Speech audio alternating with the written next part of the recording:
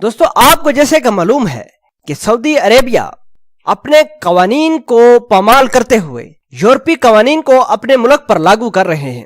انہی قوانین کی ترامیم میں جہاں ڈرائیوری پر خواتین پابندی کا سامنا کر رہی تھی وہ بھی حکومت نے اٹھا لی ہے۔ دوسری طرف وہاں جوئے خانوں، سینماز اور ریسلنگ کا بھی آغاز کیا ہے۔ دوستو آج کی خبر ہم آپ کو بتانے والے ہیں سعودی عربیہ میں جمعے کو ہونے والی ریسلنگ کے بارے میں۔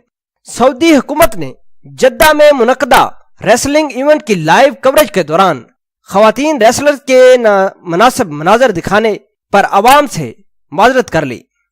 سعودی میڈیا کے مطابق جمعے کو سعودی عرب کے شہر جدہ میں ریسلنگ کے عالمی ادارے WWE کے تعاون سے ایونٹ رائل ریمبل منعقد ہوا، جس میں شرکت کے لیے نامی گرامی ریسلرز جان سینا، انڈرٹیکر، ٹرپل ایچ اور دیگر انٹرنیشنل ریسلرز نے سعودی عرب پہنچ کر اپنے جوہر اور ٹیلنٹ کو لوگوں کے سامنے دکھایا۔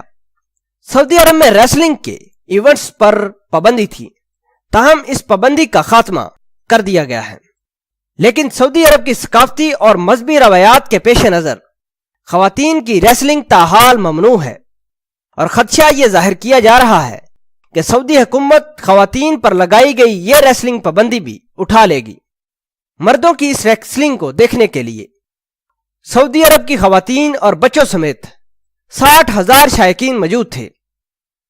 ان تمام شائقین کے سامنے ایک ویڈیو چلائی جاتی ہے جس میں خواتین ریسلرز کو مختصراً کپڑوں میں دکھایا گیا، اور یہ منظر سعودی عرب کے سرکاری ٹی وی کے ساتھ ساتھ دیگر ٹی وی چینلز نے بھی براہ راست کوریج میں دکھا دیے۔ سعودی میڈیا کے مطابق سرکاری ٹی وی نے فوری طور پر براہ راست نشریات روک دی، تاہم متعدد ٹی ویز نے یہ مناظر دکھا دیے اور وہاں بیٹھے شائقین نے اپنے سمارٹ فون سے تصاویر بنا لی اور سوشل میڈیا پر شیئر کرا دیں، جس کے بعد سعودی عرب کے مقامی افراد کی جانب سے حکومت کو تنقید کا نشانہ بنایا جا رہا ہے۔